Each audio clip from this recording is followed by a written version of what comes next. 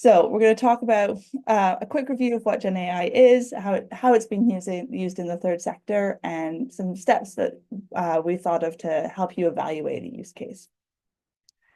But first, I will just introduce our speaker. So I've already briefly introduced myself. My name is Dulcie. I'm the head of data science at DataKind UK. And I oversee all of our partner-facing programs, providing technical oversight to make sure that our programs deliver the most impact to our third sector partners. And I am going to pass to Michelle, who can introduce herself. Yeah, sure. Hi, I'm Michelle. I'm a director in Woven Light, a private equity firm that specializes in AI deployment. I also lead the private equity roundtable on responsible AI, co-developing policies and guidelines for the industry around safe and scalable use of AI. Prior to that, I was at Deloitte as the AI lead for financial services, where I also led the trustworthy AI offering, including building different guardrails for large language models. And I have a PhD in computer science, where my thesis was on mitigating unintended bias in AI systems. That's great. We're so happy to have you here again, Michelle. Michelle's also been a long-term volunteer with DataKind UK, especially supporting us with some of our ethics work. And I'll pass to Billy as well, who's joining us to talk about some use cases today. Billy. Yeah, cool. Nice to see everyone here. I am currently working as a machine learning engineer at a company called Trainline, which sells train tickets for UK and Europe. And in my spare time, I get involved in a lot of sort of the charity sector or third sector work. So currently thinking about like how do we utilize open data better? How do we have a charity grade like data platform? And then I think I do some work around data consultancy around GenAI. So yeah, we're going to talk about a couple case studies today to share with you all. And yeah, have been volunteering at DataKind for many years, and yeah, good to be here. Great. So thanks again, Michelle and Billy. And as mentioned, there'll be lots of time for questions and answers in the chat. So if you do have some questions, feel free to put them there. And we've got some experts to help us with those. So just briefly, a bit about DataKind UK. So we are a small charity ourselves, and our vision is of a strong, thriving third sector who's able to embrace data science and data use to become more impactful. So we want to help other organizations better achieve their missions through using data more effectively. And we do this through a number of different programs. We do run training and webinars like the one that we're doing today, but we also deliver one-to-one data projects and advice sessions for organizations at different stages in their data journey, and we facilitate various communities for data users, and we try to provide as many resources as possible on our website. We have just relaunched some of our programs, so please feel free to check out our website if you're interested in learning more. So briefly, what is generative AI? We covered this in more depth in our first webinar, but just so that we're all on the same page, generative AI is a subset of AI, or artificial intelligence in general, that can produce various types of content. So it can generate different types of content, and this can include text, it can include images, it can include videos, or other forms of data. So one of the best known GenAI systems is OpenAI's ChatGPT, which is a generative AI chatbot. And this takes text as input and then produces text as output. But there's also models like DALL-E, which you people may have heard of, or Midjourney is another one that's come up, which take text as input and then they can create images as output. And there's even now tools that allow you to take text as input and then produce other media like audio. So this one here is an audio voice generator from Canva. So I imagine many folks here experimented with these GenAI tools, but I just wanted to give a quick demo in case this is new to anybody. I have to switch to doing ChatGPT. So if I switch in and say, how does generative AI work? Explain in 2 to 4 sentences. It can generate content just like this. So generative AI works by using machine learning models, often based on neural networks, to generate new content such as text, images, music, or code. And these models are typically trained on vast data sets. So it's creating this language. So today we're mostly going to be focusing on these tools that use large language models. And these are the models for that are designed for language tasks like generating text. So these models are trained on huge amounts of text data with the goal of being able to predict and generate language. And basically, they do this by like sucking in all of this information, identifying patterns in all of the data on the internet, pretty much, and then using this learning to predict the next likely word. So when you interact with these tools, you give a prompt. Here, let's say the prompt is the boy went to the, and then the model predicts what the next most likely word is going to be. So here, maybe the boy went to the cafe, the hospital, the playground, the park, the school, but the model predicts that the most likely next word is playground. And you can imagine knowing this, that because it's predicting the next most likely word, that the tools tend to kind of inherit learnings from the data, which inherit the biases in our world. So, we tend to associate kids with going to the playground, and so it recapitulates that, but that can be more nefarious in certain instances. And so essentially what the LLMs are doing are repeatedly predicting word after word of a sentence. So, hi, Tom, how are? Hi, Tom, how are you? And on and on and on. So we'll talk a little bit now about some use cases in the third sector. I think there's a lot of people beginning to experiment with these tools. There's a lot of people already trying some of these tools in their work, but there's also folks who have pressed pause or aren't interested. So I think this isn't a time to feel intimidated. We really believe that people should be thoughtful and intentional about how these tools are being used, especially because some of the harms and risks associated. So no fear of missing out here.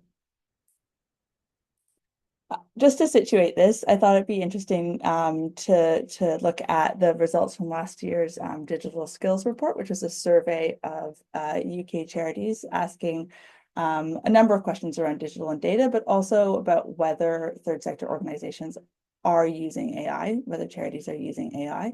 And this year's survey is out right now. So I would encourage people to take part in that so that we can get as representative data as possible.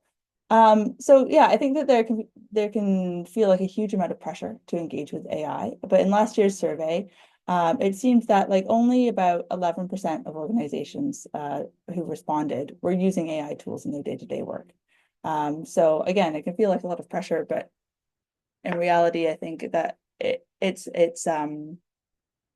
not the majority who are using these tools day to day, but about 45% were informally trying tools out, 5% working towards this, but the remainder either not sure or not using these tools. And I think that this is because it feels very overwhelming. So the majority of charities felt that although AI was relevant to them, fewer than 25% felt prepared to respond to some of those challenges and opportunities. And I think that this largely relates to lack of technical expertise and just lack of capacity in general.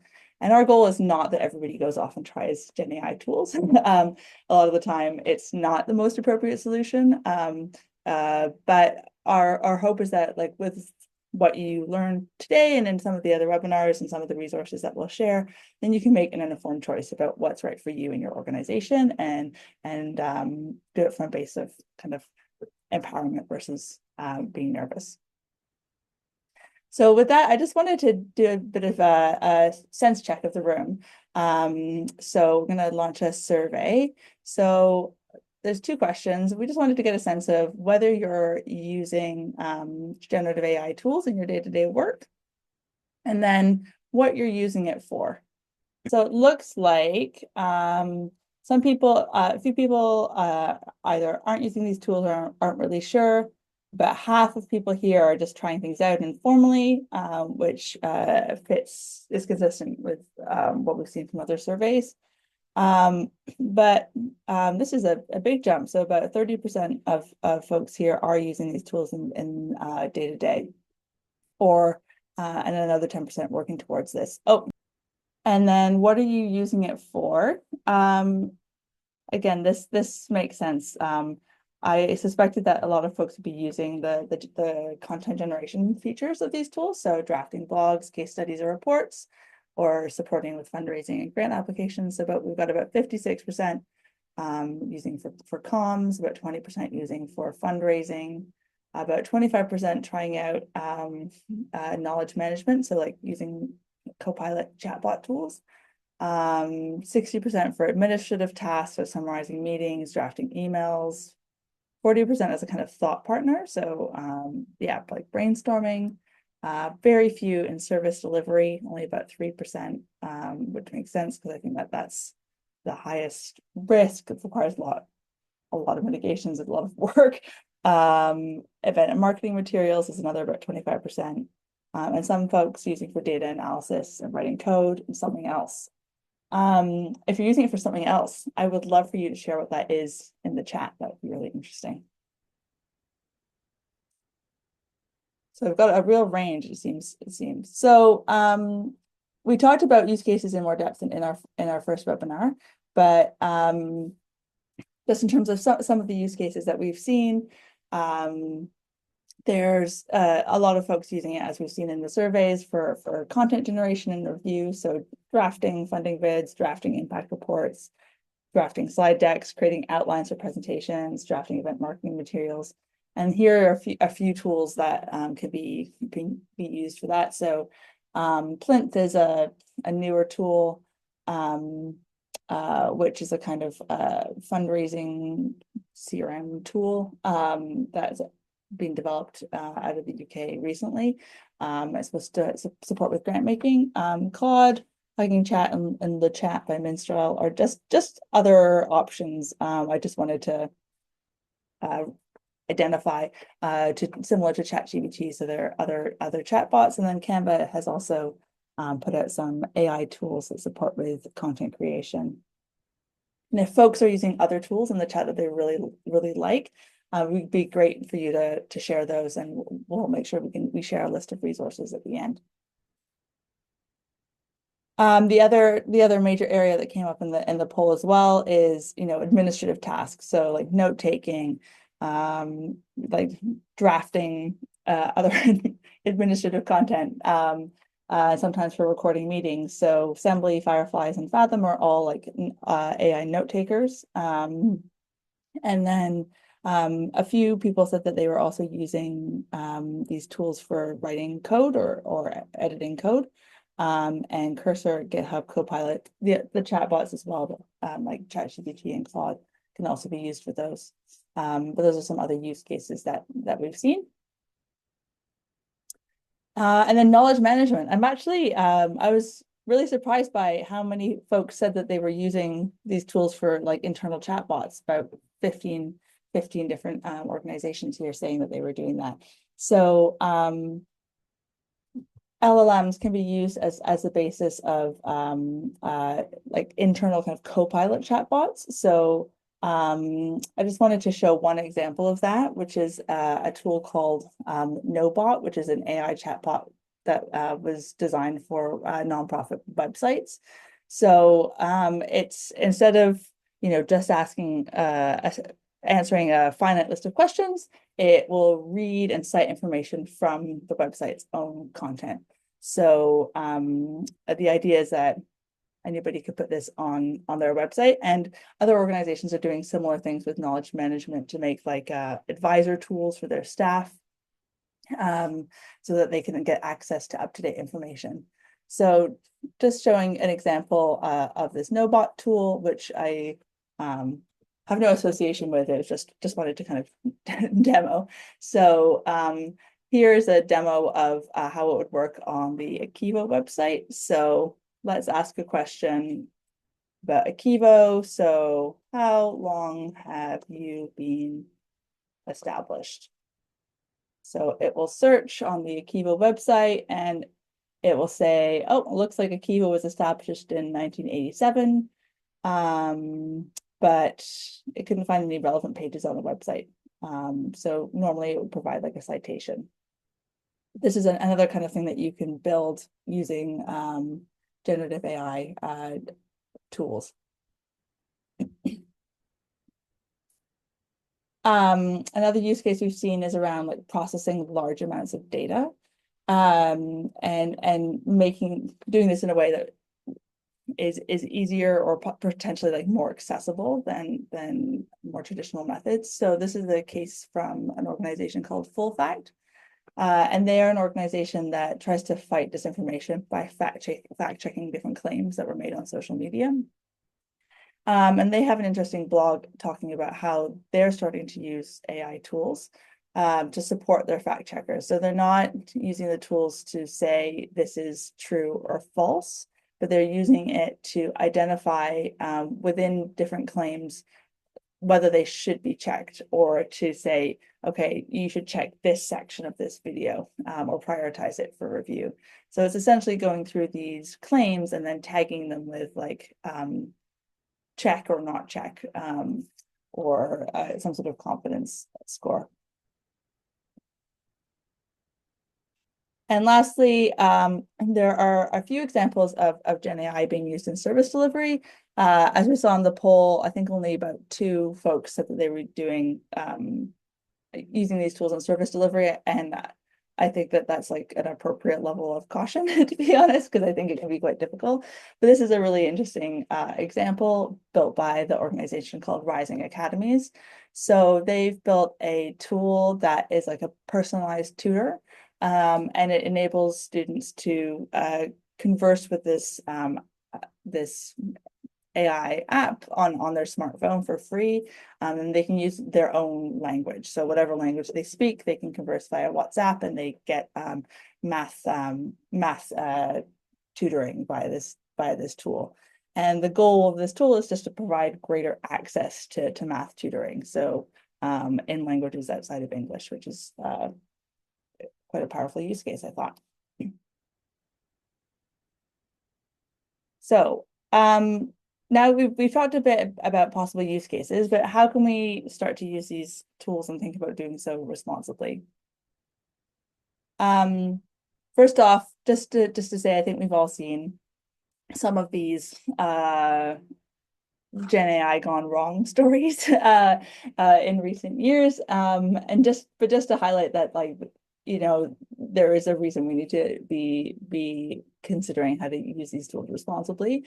So I think the main culprit, or the main challenge, I think, has been with client-facing chatbots, because of the difficulty and like the importance of accuracy in those outputs. So in the last couple of years, there was a chatbot called Tessa, which was used by the National Eating Disorders Association, and it was suspended because it was giving advice around calorie cutting and weight loss, which would actually likely harm many of their service users. So that was something that went not to plan, obviously. You know, a similar story was a chatbot out of New York, which was about giving advice on you know, following policy and code for new businesses, but they found that the chatbot was actually advising the businesses to like do things that would be in violation of the law. And then another example was a bias being baked into one of these tools. So there's an organization called iTutor Group that was using a recruiting software, but they found that it was automatically rejecting female applicants who were over 55 and male applicants who were over 60, and they did end up getting sued for age discrimination. So I think this is almost certainly a case of like everyone having good intent, but just not necessarily being aware of like some of the things that can go wrong with some of these tools. So here are some suggestions that we have for getting started. And I say or not because, again, you know, we want you to make an informed choice about when and how these tools are right for you and your organization.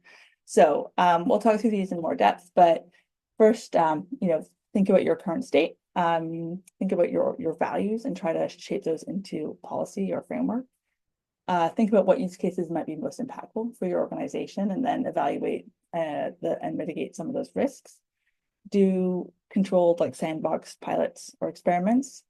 Keep a human in the loop. Use data responsibly. We've seen that as a big concern in the chat. And then be open about your usage. So we'll talk through those and talk through some real use cases as well. So I think that the first step to responsibly use is just to consider what your organization's current state around digital data is. I think it's worth, when doing this, like thinking about your organization's kind of data maturity, because that might inform the level of complexity of any use case, as well as what use cases are actually even possible, depending on like the quality and shape of your data. And I think in this, you can also learn about your staff's anxieties around AI, like whether they're worried about their jobs, if there's particular like no-go areas for them from a values perspective. A nice case study, which I just wanted to share here, is from the Annenberg Foundation. They called them an AI strategy resident, and they had them for 6 months to think about like responsible AI adoption across all of their programs. And their approach was really just to co-create their approach with their staff. So they had these listening sessions with staff to explore how AI could address some of their challenges. And they started from the problem. So like, what are the current pain points? They did a bit of a pulse check. So they wanted to get a sense of like what people were already doing with AI. They found that 60% of staff were already experimenting with tools, and they wanted to, understand about their awareness, their concerns, and their aspirations. So what would they like to do with AI? And they also did a kind of brainstorming mural board. So help them identify like some of the principles that would be important to include in their AI or data policy. I think that this is like a great way to ensure that your approach is inclusive and keeps an open dialogue. I thought it was a nice example. From that, they're a bigger organization, so they appointed like a working group to start building on these learnings. But if you're a small organization, you could probably do it just within your staff team.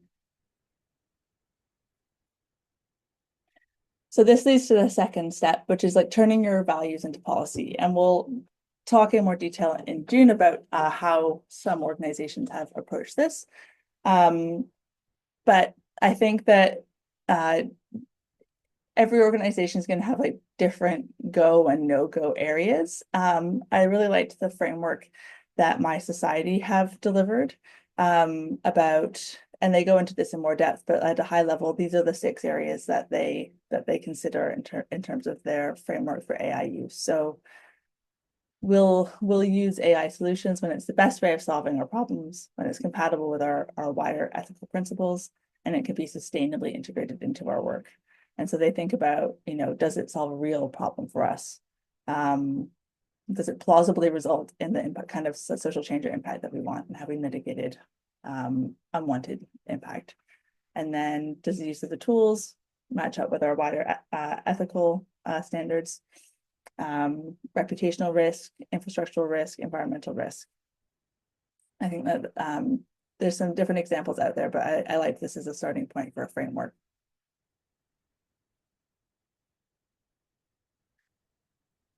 And then with that kind of backbone in mind, we think that like to approach this as you would for any data project. So start from the real challenge or start from the problem. Like, what pain points are you experiencing in your organization that you might want to tackle? We really like this framework from Eddie Copeland for data projects in general, but it just centers the challenge, it centers the problem. So what specific problem are you trying to solve? How are you currently addressing this, and what would success look like? Is the task repetitive enough to really justify this level of technological investment? And those can be good starting points for thinking about what the use case is, being driven by the challenge versus by the technology. I think the technology can definitely inspire us, so don't get me wrong, but I think that like to be the most impactful, it helps to start from a real pain point that you're experiencing organizationally. And so when should you not use it? And this again is my view. So when not to use it, I think these are some like red flags, I think. So if the decision could significantly impact individual well-being or rights, and especially if you cannot mitigate for those, like if you're using AI to determine priority for specific benefits. If you really need to explain in detail like how a decision was made, either for legal or ethical reasons, that can be challenging because you don't necessarily get that kind of chain of thought in the outputs. If you don't have the capacity to like verify the outputs, I think that can be a red flag area as well. And this comes up a lot with like code, for example. I think totally makes sense to play around with using these tools to generate code and run them, that kind of thing. But if you were getting to the state of like deploying code on personal data without any in-house expertise, that would be a bit of a red flag. If the content requires like some sort of nuanced cultural or contextual understanding, that can be a reason to not use these tools, because the way the models are changed, they don't usually have this kind of level of cultural understanding. When your service users have expressed concerns about AI use. So if I think that, in terms of mental health support services, actually a lot of service users have said that they are interested, but some have said that they're not. So, considering who your community is, which stakeholders are going to be affected. And then when the implementation would primarily serve like the technology interest versus your mission. So again, we just don't want people to feel that they must use particular tools because of funder pressure or kind of trend following. So this is a huge set of lists. We're going to dive into some of them in more detail, and we talked about some of them in the first webinar.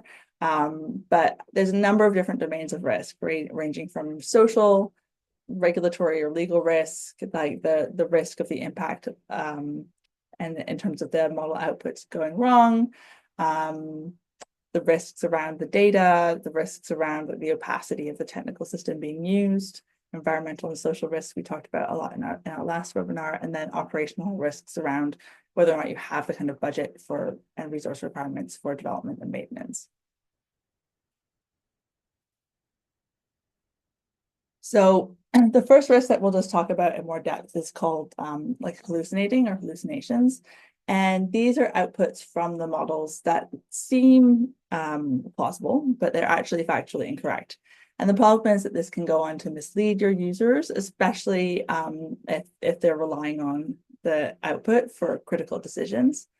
The challenge is that a lot of the time the answers given by the LLMs or chat tools like ChatGPT, they can be very convincing, but it can be risky to use these tools for tasks like obtaining quotes or getting references or citations. So one example was Air Canada had a chatbot that was giving information to travelers. I think in this case, the traveler asked the chatbot about their bereavement policy, and they said that they would cover I don't remember the details, but I think it was essentially like they would cover the entire cost of the flight or cover some proportion of the flight, which is actually not in line with their own policy. And the airline tried to argue that the chatbot was like a separate entity responsible for its own actions. But this played out in social media about as well as you can imagine. And this is the problem. One of the main challenges that happens with these client-facing chatbots is the risk of hallucinations, because it's predicting like the next most likely token is not necessarily having a human level of understanding. And then the other main challenge is around bias. So As I mentioned earlier, this largely reflects like systemic biases in our world. And I think that I really like this quote here from Michaela Faycan, which says that the assumption of objective data frees people from acknowledging structural inequality. So we think that data is somehow objective, but it really just reflects the kind of biases that we have in our world. So this was a trend that was going around a few months ago, where you ask your chatbot of choice to generate a picture of your life based on what they know about you so far. And I've used genAI chatbot to help me with generating code. And it knows that I do something with charities. So it made this picture of me here, which I think because I have a kind of more technical role, it made the assumption that I was a man. And again, that is probably like the most likely thing. It's a reasonable assumption to make based on the data, but it just recapitulates the biases that are baked into our society.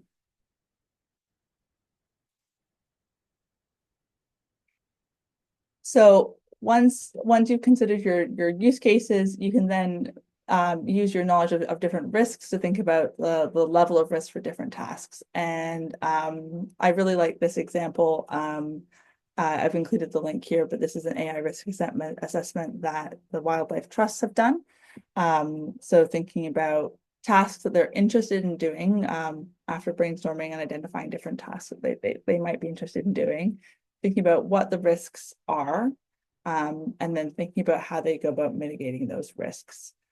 So there's also, I think Alice, who developed this for the Wildlife Trust, also has a few videos as well on how they've approached this at the Wildlife Trust, which is a great resource. I'll try to include those at the end as well.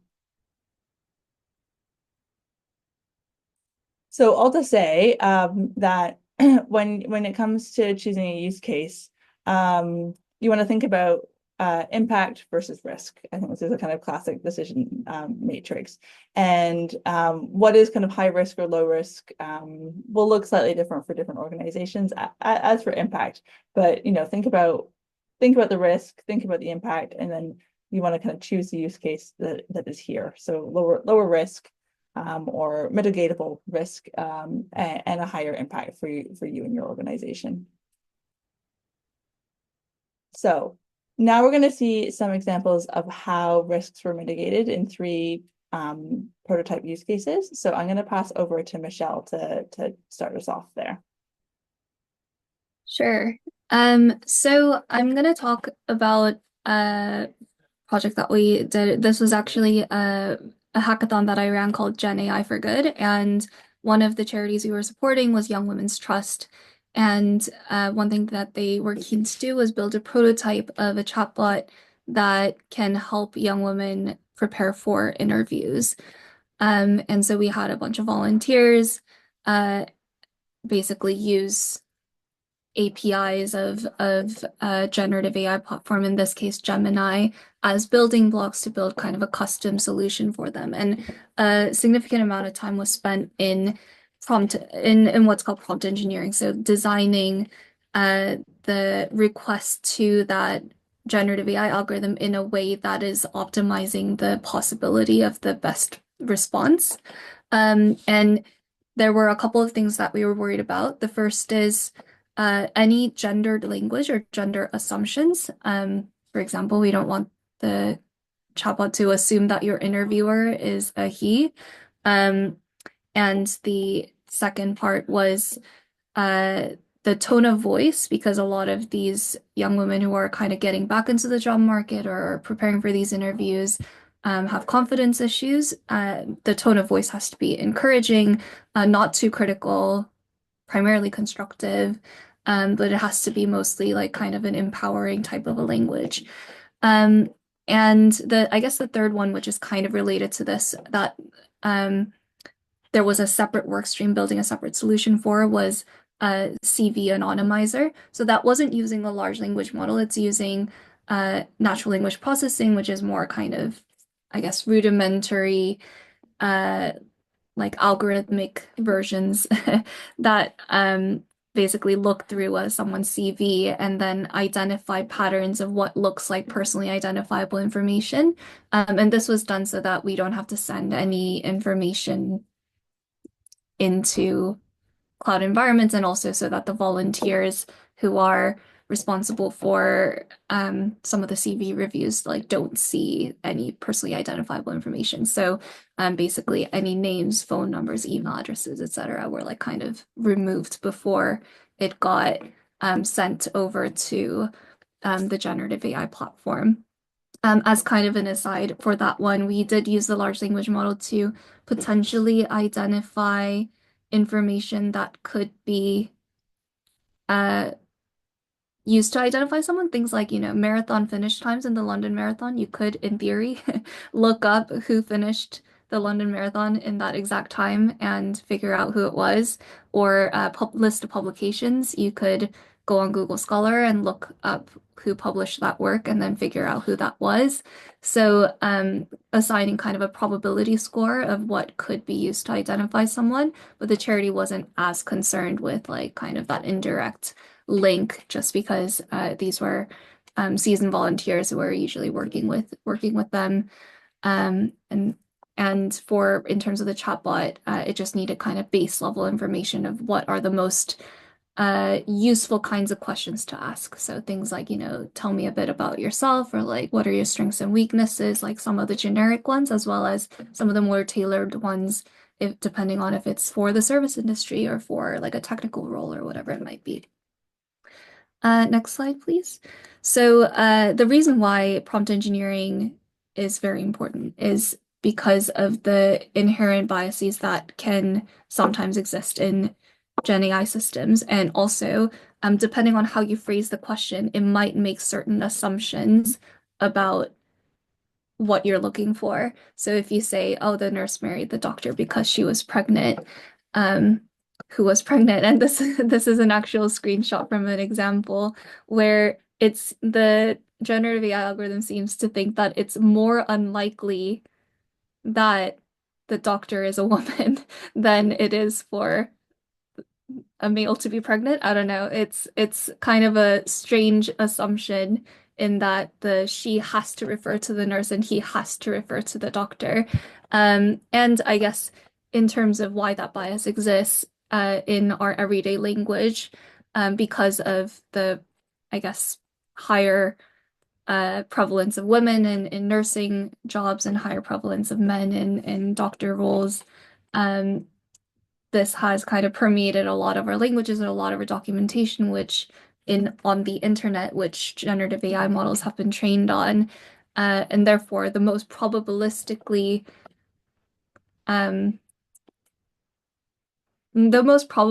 likely gender for a doctor it determines is a he. But when you're building algorithms based on these large language models, you have to be careful not to replicate those biases in these Gen AI systems. Next, please. So in terms of prompting, instead of just giving a high level prompt, you have to give it more details in terms of what you're looking for. And here you can say, make no assumption about gender or pronouns of any parties involved. Tone of voice should be empowering and constructive. This is much shorter version of what we actually had on the day. But generally speaking, like well-crafted prompts can solve a lot of the hallucination issues that you might be having. By giving it the right kinds of parameters, right kinds of examples, and right kinds of, I guess, KPIs that you're looking for. Yeah, next one, please. So this is just an example from one of the newsletters that talk about AI and Gen AI systems on different prompt engineering techniques. If you look up like prompt engineering techniques. There are tons of blogs and tons of articles about what is possible, but I think people are kind of using it these days more like a chatbot or more like a search engine. But the LLM has so much more potential when you just know how to ask the questions in the right way to get the best possible answer. Example is role playing. Who do you want the audience to be of this task, and then of this output, and that will tailor the tone of voice, tailor the potential context information, and that can potentially help you draft like an email or a memo, or like whether it's an investment memo or whatever it might be, in the right kind of context. Um, and then I guess another one that's really useful is the number four, the few shot learning. So if you say, here are some examples, I've labeled these data points. Can you now do the same thing for the rest of this? And it's quite good at it once you give a couple of examples of completed tasks. You can also give examples of tasks that were done well and tasks that were done poorly, and then it can try to replicate those. And the more examples you give, the better it gets, as well. So you just kind of have to find that sweet spot in terms of how many shots do you need to be able to for it to be able to learn those patterns. So data labeling tasks, I guess, could be a good example of this. Next, please. So yeah, Copilot tools have been very, I think, prominent these days. And that's because it somewhat reduces the risk of having a customer-facing chatbot. So having the chatbot face inwards for for the help desk or for whoever is supporting the end user. Um, and a lot of it has to do with making sure that they have all the right pieces of information. I mean, even in the private sector, we have seen uh, these kinds of copilots being used to look for the right document in the intranet, for example, and custom building this using what's called RAG architecture, where you specifically say you know nothing outside of these, let's say, 100 documents, and your entire knowledge base now is these 100 documents. Can you respond with the right kind of contextual information about our company? And an example of that is if you provide like your company's annual statement or company information package and say, okay, now I need to find these pieces of information. Can you go and find it for me? That kind of reduces the risk of hallucination because it doesn't go out and look for things on the internet. So if you try to ask for piece of information that's not in those documents, then it'll just say, sorry, that's not provided in the context documentation. And that's kind of the benefit of building something using the generative AI as like building blocks rather than just using ChatGPT, for example. Next, please. So yeah, this is the RAG architecture that I was just talking about. You don't really need to know a ton about it other than like just high level how it works. What you do is split your text, like say your annual statement, into small digestible chunks. Actually, there's quite a lot of intelligence involved in how you chunk these documents. The easiest way people usually do it is just by paragraph or like page breaks or whatever.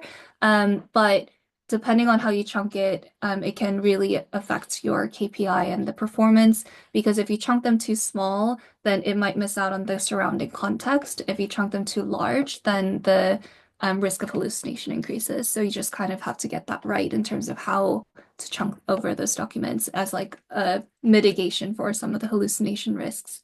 And then when the user asks a question, then the question plus relevant text chunk or chunks gets sent over to a large language model, and then you get the response from that. And that's kind of how a RAG architecture works if you ever hear of that. And that's a way of providing context documentation and preventing the LLM from going out into the internet world to look for the answer and only looking for answers in the text you gave it. Next one. So there are a lot of potential risks in a large language model built. So I guess a couple of the ones that we tackle are like personally identifiable information.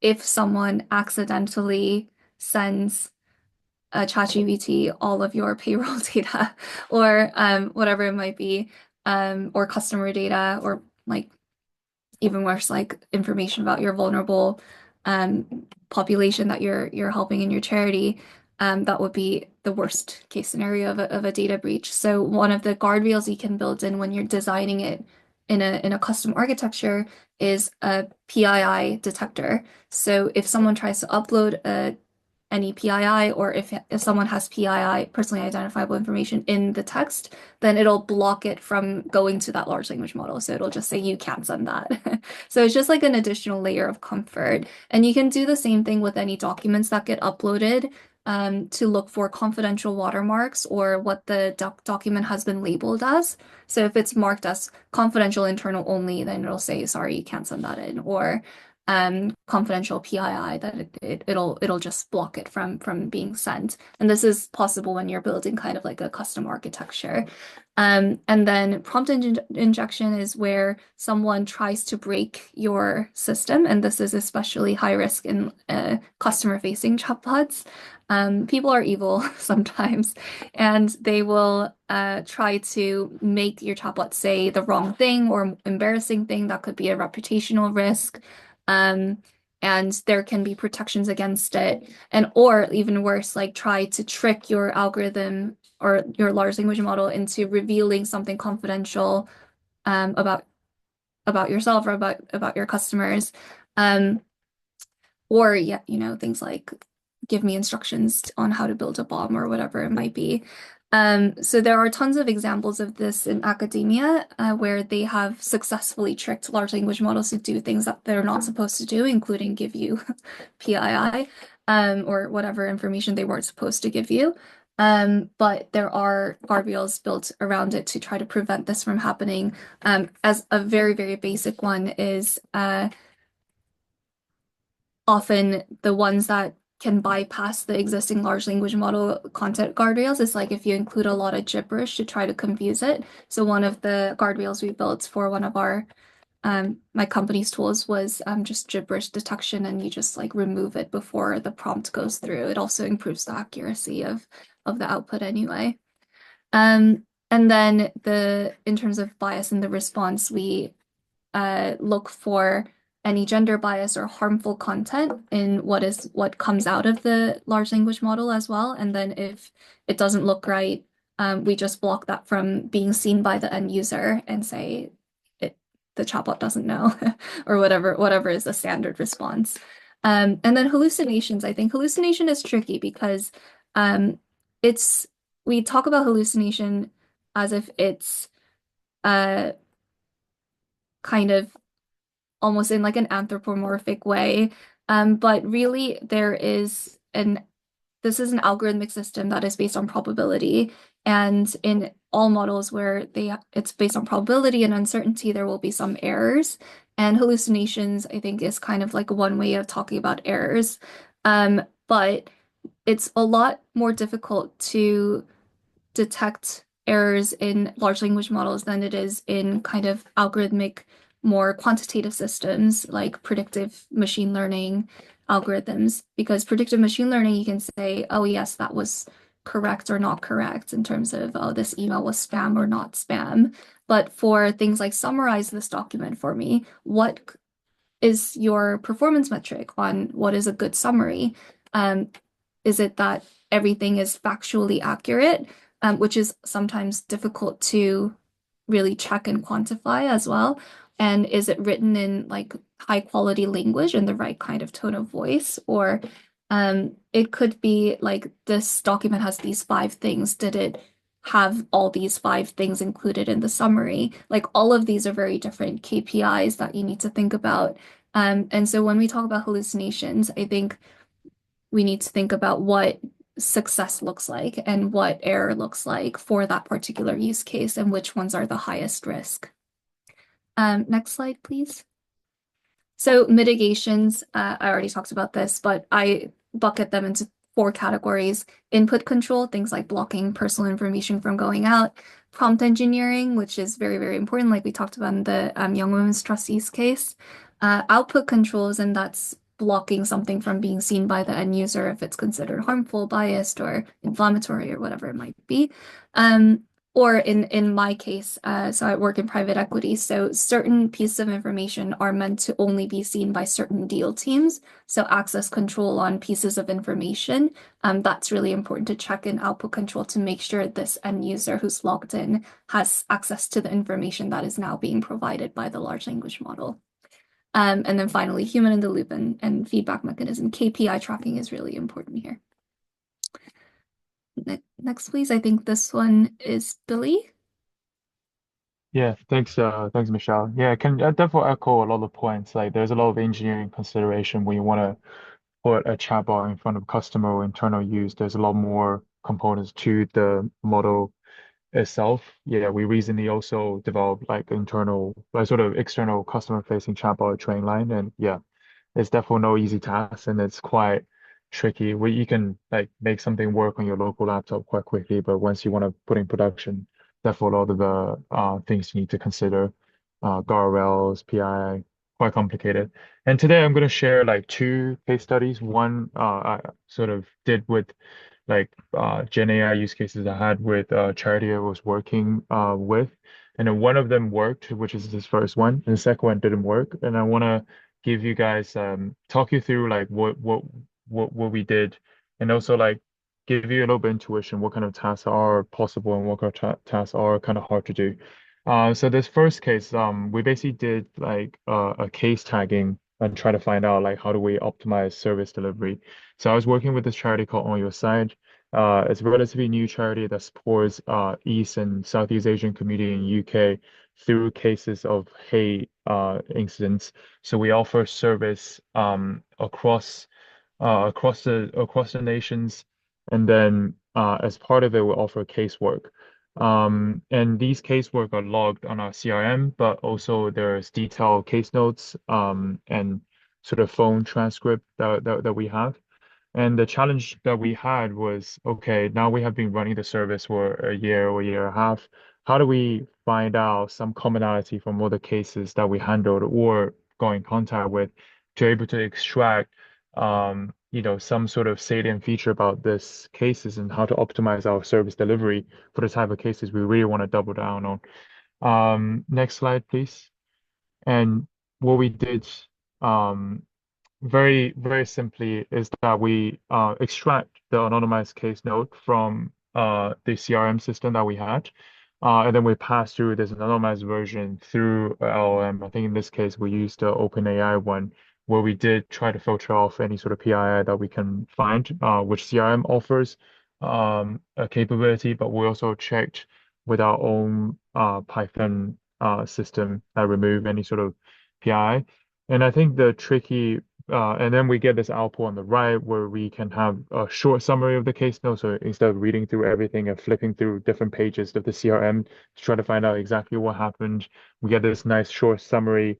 Was this a one-off incident, a hate incident someone was facing? So one of the hypotheses is like maybe our service will better help people who are having recurring hate incidents rather than a one-off. So this is one of the attributes that we had here. And then we also put in like previous attempt to report. We also hypothesized the service would be the first protocol of the community where we gain trust the community. They might not have reported to police, reported to council. We are actually the first sort of port of call when people want to report hate crime. And that's the whole rationale of setting up this third party hate crime reporting center in the form On Your Side. So this is the sum of the fields that we have here. And next slide, please. And once we have that, I think we were able to run a pretty detailed analysis and engage with all the stakeholders to find out, okay, how our service best positioned to help our clients. And we actually made quite a few changes to how the service is advertised and to the point like or how the service is run because it's data analysis that we did on all the cases that we taken in the first year and a half or 2 years, 2 years time. But it's worked quite reasonably well. But there are some tricky bits that you need to be conscious when you want to pull something like this kind of data analysis off. It's like first, like you still had to tell, the LM what should the tax be. So and I think as I alluded to, you sort of already have your hypothesis on like, what kind of attributes you're interested with. So we conducted quite a few interviews with different caseworkers of different organizations to understand a little bit what kind of cases they've been dealing with, what's their capacity like, what kind of help the people needed. And we work with the wider stakeholders in the charity who are in charge of revamping the service delivery to identify, what kind of attributes of interest. So that actually took most of the time, because running through LM is quick and then doing the analysis afterwards is very quick. But you sort of want to align on like your hypothesis and like, what's the best levers we can pull to really make a change. And I think that process is hard, and that's where humans, in my opinion, won't be replaced because you got to tell the machine what needs to be done. And then the PI data is another challenge. The CRM that we tried to note case notes from um had the functionality of anonymizing the case notes, but we also ran through our own anonymization pipeline and sort of read through different things. So make sure no one's address, no one's name, and other sensitive information are recorded in the case note field, where the caseworkers already had instructions like don't put any PI, but we still checked and have our own pipelines to mitigate that risk. And the last bit is like, how do we know these tags are correct? I think one thing is like we did use techniques. I think Michelle alluded to, like for example, in the prompt that we constructed, we did give examples of like what kind of what the cases are, like three or four different cases, and what are the attributes that we are looking for. And some extra indication were like when you're not sure of what the tag should be, then don't put a tag on there when it doesn't have to be. As part of that, I think the most important thing when you try to build like something with generative AI, or you have to always think about evaluation. I think a lot of times when you have like one or two cases, maybe you can just like check by eye and then you can make sure everything is right. But oftentimes you want to start with like a substantial subset of like case note checking through one by one to make sure the accuracy is high enough while setting. In this case, it is because the intuition behind this is essentially you give a very rich set of information. You want to just pick out a few things from here, and oftentimes you can find the exact phrases and the exact like combination of phrases that indicate, has someone reported to the police, has someone reported to the council about this particular hate incident or hate crime. I think those are quite easy tasks for us to do. Like it takes like a couple seconds for us to just spot that within the original case note, and that's indication that this is a relatively easy task and the LM can actually pull it off. Next slide, please. And then here is like another case that another thing that we tried to prototype, but this one didn't go so well. And then I'll tell you why. And think like the intuition I just shared kind of plays into this. So we were working with Stopwatch UK, which is a charity that's working towards a word with safe and thriving community, turning spotlight and stop and search. And part of it is like they deal with one of that initiative that the charity does is engaging with other charities to help people to launch a stop and search complaint. So if, for example, police stop and search and you feel like it's based on reasons that are not valid, for example, I think yeah, institutional racism, for example, like you want to launch a complaint and start a process. Stopwatch want to be able to help with that. So I work with one of the lawyers in the organization try to figure out, we were hypothesizing with the GenAI tool, can we help the caseworker draft like sort of professional grade police complaint email from the form information provided by individuals that are trying to help. So the intuition is like, next slide, please. So you will have the form that people fill in. Maybe that has like short summary of incident, that has like a police force information, has some client contact information in there. Can you use the short summary to basically, and then these other information to draft the police complaint in the email format? And this didn't go so well. I think next slide. Um, it's it th th this is like kind of like the hallucination bit of the LM Michelle was talking about. So it turned out to be really hard. The LM tend to brandish different facts. So we were not testing with real clients. We were just testing with different things that we hypothesized would be real-ish. So we're putting in things, and it start generating a lot of things like police officer punched me and that kind of stuff, which never really happened in anywhere where we have that short summary. So this turned out to be the most tricky bit. And then also we were dealing with like, highly sensitive PI data from the client, potentially, the information regarding when they were stopped and searched and why they believe they were wrongfully stop and search. So, it is quite tricky. We had a plan of how to make this tool work was engineering a way that no PI is stored on a server and all the communication is encrypted. Therefore, we can't there's no trace of this PI data safe anywhere.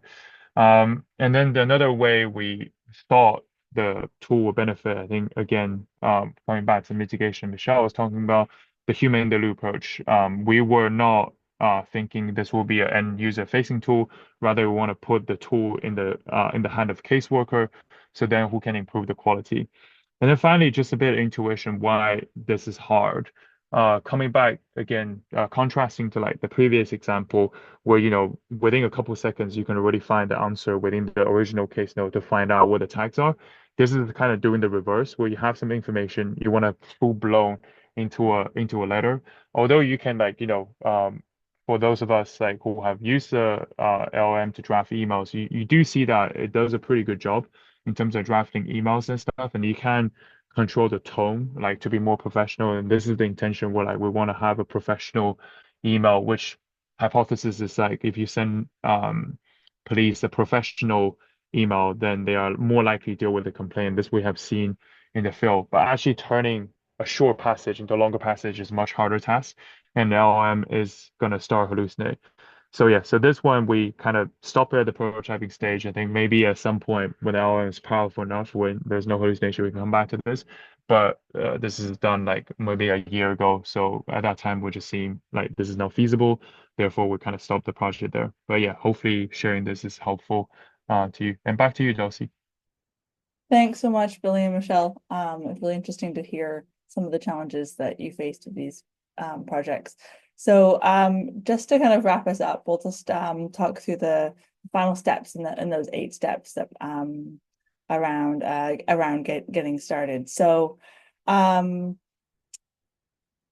as you start to think about, a use case that would be exciting for your organization, I think the next step is to do like a controlled experiment. And I really like this AI experiment canvas that Cass have made, because I think it forces you to kind of articulate what you think might happen with your experiment, and then like what success looks like, what failure looks like, which Michelle mentioned as well. It can sometimes be hard to articulate like exactly what failure would be in the case of like a summarization, for example. So this is available on the CAS website, and is just a nice sort of experiment documentation where you can write down like what we want to test, how you're going to go about doing it, how you'll know it works, how you're going to consider data privacy, and what tools you want to use, etc. And then as you do those experiments, of course, we all need to think about using data responsibly. So there's some guidance from the ICO that we've linked to, but as principles, to not share personal data such as raw survey data or sensitive client data externally, and to think about not just the data that's potentially used, but also what data could be embedded within a prompt. And I think that many organizations are in the prototype kind of stage, but as you are getting to production, you are likely going to have to update your privacy policies to ensure that consent is like freely given and specified and informed. And there's definitely concerns organizations have raised about like sharing data with these tools. Basically, don't kind of upload your personal don't upload your personal data to ChatGPT is a good rule to follow. But there are tools that do keep your data internal. So for example, if you are already in the like a Microsoft ecosystem, you can use tools like Azure's OpenAI system to do all of these use these models entirely locally. So well, or on the cloud, but like it keeps your data internal. So your data is not going to be like leaked out. So if that system's already been approved by your company, then that's a lower risk option. The other option that I included there, but I would say it's like a harder technical lift, is running tools locally. So if you had somebody more technical available on your team, you could set things up so that you run things just on your local machine if you don't have access to like a tool like Azure, for example. And then we've mentioned this throughout, but keep a human in the loop. But I think this happens throughout the process. So not just at the end of the output. There's different periods where you can like keep a human in the loop, whether that's with the initial data that's input or in the output. But I think that's really crucial. And then be open about your AI use. Again, this was borrowed from our friends at Cast, who borrowed it from Cast to Ruin. But be transparent about how you used AI in your organization. So was the thing generated using AI, improved, suggested, or corrected? And in this case, for some of the presentation, we took some suggestions from AI tools. So lastly, in terms of getting started, there are so many resources out there that it can probably feel a little bit overwhelming. I think if you are wanting to just kind of play around and you're just getting started, Cast have a 7-week get started like email self-serve course, which is a kind of easy, low lift resource. If you're interested in kind of evaluation specifically and like monitoring and evaluation, there are so many good resources from the Merle Tech Initiative.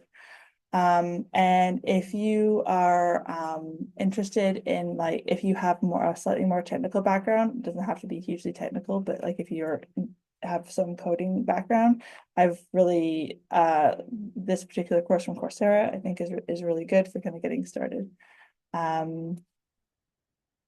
And lastly, we do have some more sessions coming up. So in June, we're going to be talking about AI policies, and we're going to be sharing some learnings from our peer learning group on responsible chatbots for the third sector, which starts next week, and a panel discussion later in the year.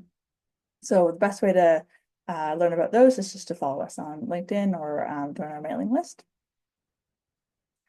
And before we go to the Q&A, we do really hope that you got a lot of value out of this, and we really would love to have your feedback. There's always more that we wish we could include than we have time for, but it really helps us to know what you liked, what you didn't like, and support future series like this if you fill in our feedback form. So I'll include a link to that in the chat. And now I am going to stop sharing and we can go to some questions.